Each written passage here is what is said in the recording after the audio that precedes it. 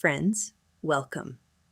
Chasing History, Stories Behind Lost Legends has a gift for finding the stories we collectively agreed to look away from, and then looking directly at them anyway. Ah, the guillotine. Nothing says, "Welcome to the French Revolution," quite like a sharp blade descending with all the grace of a poorly executed magic trick. This iconic instrument of death is a captivating mix of history, politics, and, honestly, a symbol of an entire nation. Join me as we slice through the history of the guillotine, its role in the French Revolution, and its surprising longevity in the realm of capital punishment. The birth of the guillotine, a sharp idea. Contrary to popular belief, Dr. Joseph-Ignace Guillotin was not the mastermind behind the infamous device that shares his name, nor did he design, construct, or meet his end at its blade. In fact, he didn't even get a say in its aesthetics. The guillotine wasn't even the first beheading machine on the scene. The Scots, never ones to shy away from a bit of grim ingenuity, actually invented another mechanized solution for beheading long before the guillotine hit the scene. Meet the Maiden. This rather morbid contraption was crafted in Edinburgh and operated from 1564 to 1710. Over those years, it made quite a name for itself, publicly beheading more than 150 criminals and political opponents of the crown. The Maiden was a gruesomely efficient piece of craftsmanship constructed primarily from sturdy oak, featuring a steel-edged iron blade and a lead weight that would make even the most seasoned gym-goer blush. Copper-lined grooves in the upright posts ensured that the blade stayed firmly in place and fell with the grace of a dancer, if that dancer were performing a rather macabre routine. To operate the device, one would pull a rope to raise the blade, knotting it securely to the trigger. When the trigger was released, the lead block sent the iron blade plummeting with alarming speed. After a day's work of severing heads, the block, blade, rope, and bar were all removed, and the wooden structure itself was dismantled and stored away. Its portable design made it easy to flat pack and transport, allowing the Maiden to pop up wherever it was needed, much like a sinister IKEA project, only without the helpful instructions. Interestingly, records of its construction still exist, shedding light on the craftsmanship behind this notorious device. The carpenters Adam and Patrick Scheng, along with George Todd, were the talented hands who brought the Maiden to life. To ensure its swift execution capabilities, Andrew Gotterson added a lead weight to the blade, because what's a beheading without a little extra heft? Patrick Scheng, who was paid £2 for his whole labors and devising of the timber work, had quite the resume. He also dabbled in furniture making in Edinburgh, crafting an oak bed for Queen Mary's half-brother, the Earl of Moray. A moral spin. As a physician, Dr. Joseph-Ignace Guillotin was genuinely concerned about the humane treatment of individuals caught up in the legal system. He witnessed firsthand the brutal and often inhumane methods of execution that were all the rage at the time. Think hanging and beheading by sword, which were not only agonizing but also inconsistently executed. During the turbulent period leading up to the French Revolution, Guillotin became increasingly involved in political reform. He was a member of the National Assembly and advocated for a more equitable legal system. His experiences as a doctor fueled his belief that the law should protect the rights of all citizens, regardless of their social standing. The real genius behind the French guillotine was Parisian surgeon Antoine Louis, who clearly had a flair for dramatic solutions. Meanwhile, a German harpsichord and piano maker, Tobias Schmidt, lent his craftsmanship, perhaps hoping to strike a chord with the masses, though not in the way one might expect at a concert. The device underwent rigorous testing, not only on corpses, but also on live sheep. So while Guillotin may have advocated for more humane executions, he played more of a cheerleader role than a builder in this grim arena of head chopping, showing that sometimes the best ideas come from those who are just trying to make things a little less bloody. Guillotine cared about executions for several reasons. Equality. Revolutionary leaders were determined to create a legal system that treated all individuals the same, regardless of social class or wealth. The guillotine was designed to establish a standardized method of execution, ensuring that the death penalty applied uniformly across the board. Execution methods in France during this period, much like in other parts of the world, were marked by a level of cruelty and brutality that would make even the most hardened sadist cringe. The severity of punishment often varied not just by crime, but also by the social standing of the condemned. It was a real case of who you know. Only the nobility and upper bourgeoisie had the dubious privilege of being decapitated, quickly and, we can only assume, painlessly, as long as the executor aimed well. In stark contrast, the less fortunate were usually subjected to hanging in the public square, turning their demise into a grisly spectacle for the masses. Certain crimes came with their own special brand of torturous execution methods. Highwaymen faced the particularly agonizing fate of being broken on the wheel, while those guilty of regicide or crimes against the state were drawn and quartered, because why not add a bit of flair to the horror? Heretics were burned alive, and counterfeiters, well, they were boiled alive, a method that surely made them reconsider their life choices. It was a grim reminder that justice in those days was often more about spectacle than mercy. Humanity. Drawing from the illustrious traditions of Roman and medieval law, legal systems had a charmingly simplistic view. Physical pain was the ultimate confession tool. Forget modern forensics. Why bother with pesky evidence when you could simply crank up the torture? It was the go-to method for investigating treason, heresy, and any offense deemed grave, which, let's be honest, could include anything from a bad haircut to muttering against the king. Public executions and extreme punishments weren't just for show. They were elaborate spectacles that showcased the state's absolute power. Take the breaking wheel, for instance, still in use in some regions into the 19th century. Nothing quite instilled fear and respect for the law like watching someone's bones get systematically shattered in front of a cheering crowd. In retrospect, while the 19th century may have claimed to be moving toward a more civilized society, it seems that the old adage, out of sight, out of mind, didn't quite apply when it came to the torture chamber. It was a time when the line between justice and cruelty was not just blurred, it practically disappeared. Efficiency. In the annals of history, the art of execution has often resembled a tragicomic play where the actors frequently missed their cues. With methods that relied heavily on human precision and craftsmanship, not to mention a fair bit of luck, executions often turned into spectacles of error and unintended hilarity. Before the introduction of the long drop method in the late 19th century, executioners struggled with a common issue: ropes that were often too short. This often resulted in a delayed or failed execution, with knots slipping, ropes breaking, or trapdoors failing to open. If the rope was too long or the drop miscalculated, the outcome could be grotesque.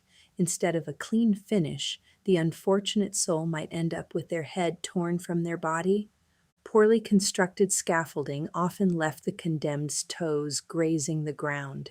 In these instances, it wasn't just a matter of waiting for the inevitable. Executioners and even spectators would have to pull on the prisoner's legs to hasten the process. Beheading, an act historically reserved for the noble class, had its own set of challenges. Executioners, sometimes inexperienced or inebriated, often required several attempts to complete the task. It was less a clean cut and more a series of unfortunate swings that left the audience cringing. The gruesome practice of drawing and quartering faced its own ridiculous challenges.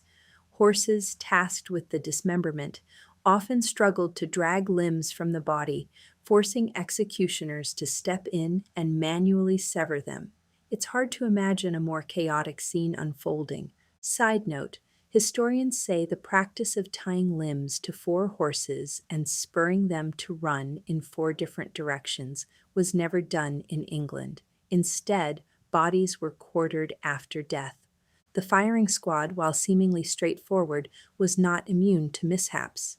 If marksmen missed the heart, the condemned might experience a drawn-out demise, leading to a painful situation where instant death became a prolonged affair. The guillotine takes center stage. During the French Revolution, the guillotine became the star of the show. It was like the lead singer of a band, captivating audiences as it claimed the heads of those deemed not revolutionary enough. Key figures who met their demise at the blade included King Louis XVI. On January 21, 1793, King Louis XVI met his fate at the guillotine after the French National Convention declared him guilty of high treason. His execution was the grand finale of a spectacularly mismanaged reign, marked by financial disaster, military blunders, and a knack for betrayal. Several key missteps led to his rapid decline. Financial collapse, decades of extravagant spending and funding the American Revolution left France bankrupt. Louis' brilliant idea to tax the nobility and clergy backfired spectacularly, igniting the revolution instead of filling the coffers. The Flight to Varennes, 1791.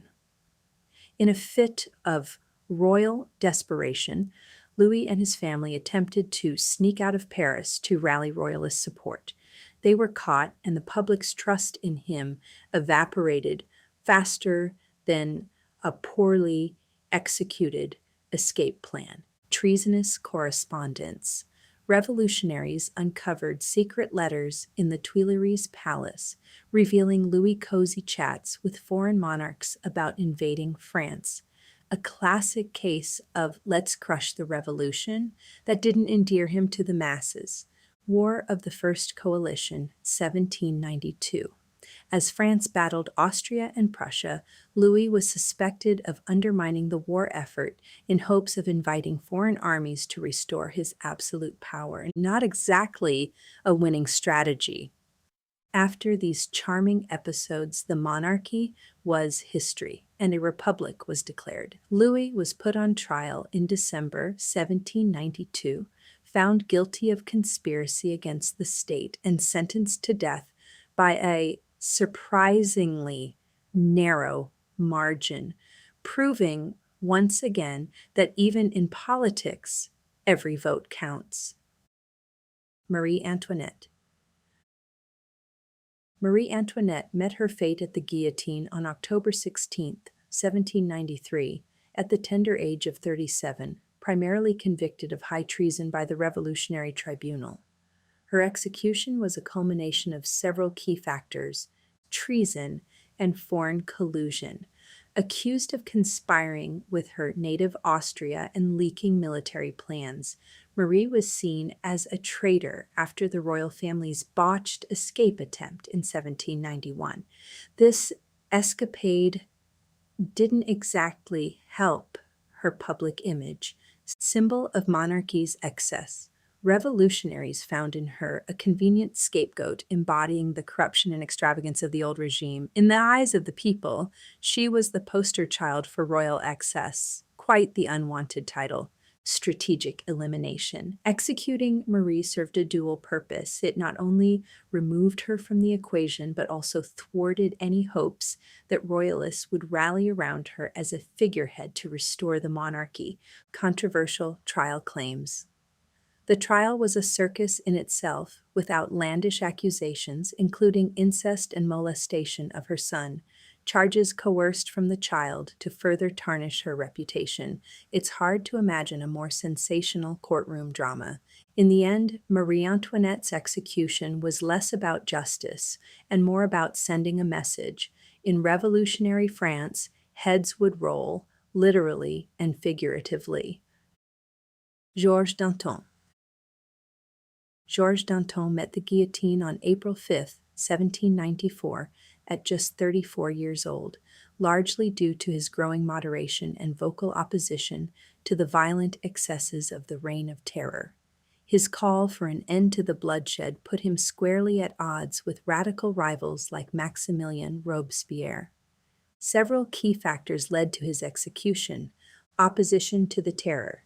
Danton championed a faction that sought to halt the arbitrary arrests and rampant executions.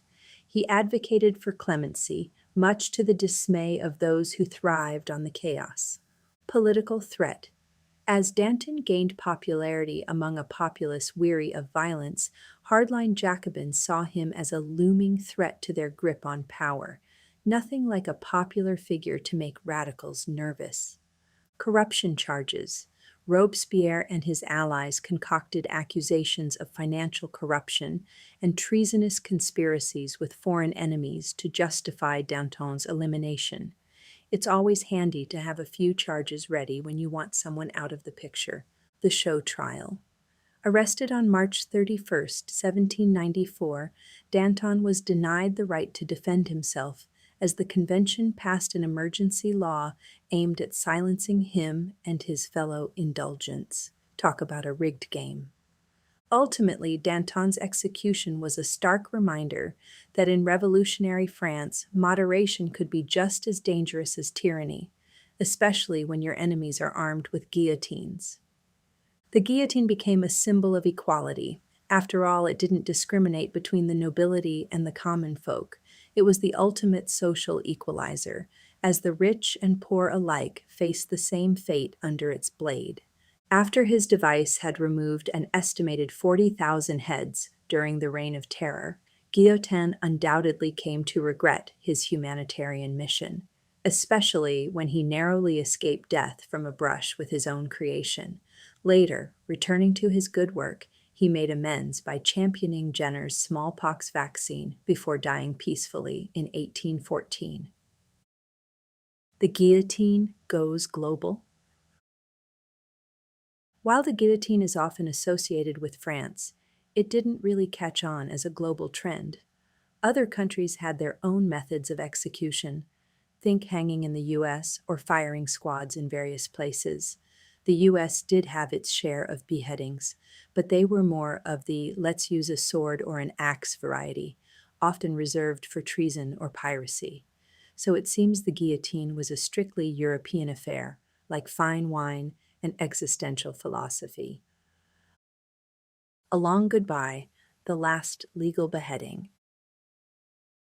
You might think that the guillotine faded into history along with powdered wigs and the concept of politeness. However, it remained in use much longer than you'd expect. The last legal guillotine execution took place in France in 1977. Yes, 1977. That was the year of Star Wars and disco, yet France was still chopping heads. On September 10, 1977, 28-year-old Hamida Jandoubi was guillotined at Beaumet's prison in Marseille. Convicted of the murder of 21-year-old Elisabeth Bousquet, Jandoubi's death marked a significant moment in the country's legal history, as France abolished the death penalty entirely in 1981. Jandoubi, a grocer, was found guilty of heinously torturing Bousquet, his ex-girlfriend, before strangling her after she sought police help regarding his attempts to force her into prostitution. The case shocked the public and highlighted issues of violence against women. The execution was carried out by Marcel Chevalier, the last official chief executioner of France. In a poignant detail, Jandoubi was required to put on his prosthetic leg before being led to the guillotine, a reminder of the complex humanity that often accompanies such grim events. Following this execution, the use of the guillotine was permanently halted. 4 years later, Under President François Mitterrand, France became the first nation in the European community to formally abolish the death penalty. Final thoughts. When Dr. Joseph-Ignace Guillotin passed away in 1814 at the age of 75, his family found themselves in quite an awkward situation, embarrassed by their association with the infamous execution device. They requested that the French government change the machine's name. The government, however, was not having any of it and outright refused. Faced with this stubbornness, the family opted for a more drastic measure. They changed their own last name instead. Talk about taking the phrase cutting ties to a whole new level. It seems that in the end, they chose to distance themselves from the guillotine's grim legacy in the most literal sense. Today, the guillotine is a relic of a bygone era, a chilling reminder of the lengths societies have gone to enforce justice, or more accurately, injustice. It has become a symbol of the extremes of revolutionary fervor and the sometimes absurd nature of human history. With its blend of efficiency and flair, it became an unintended comedy act, drawing audiences to witness the ultimate finale. Until next time, keep reading and stay caffeinated. Those hungry to learn more, check out these books. What a Way to Go, The Guillotine, The Pendulum, The Thousand Cuts, The Spanish Donkey, and 66 Other Ways of Putting Someone to Death. In this wickedly humorous book, Jeffrey Abbott describes the effectiveness of instruments of torture and reveals the macabre origins of familiar phrases such as gone west or drawn a blank, covering everything from the preparation of the victim to the disposal of the body. This book is everything you ever wanted to know about the ultimate penalty, and a lot you never thought to ask. The Big Book of Pain, Torture, and Punishment Through History, taking readers into the ancient Roman Colosseum, the medieval dungeon, the inquisitional interrogation, the auto da fe, the witch trial, and the most horrid of prisons. This is an exploration of the systematic use throughout the ages of various means of punishment, torture, coercion, and torment. It is a shocking and compelling study of the shameful methods and motives of the torturer and the executioner, and of the heinous duty they have performed through the ages.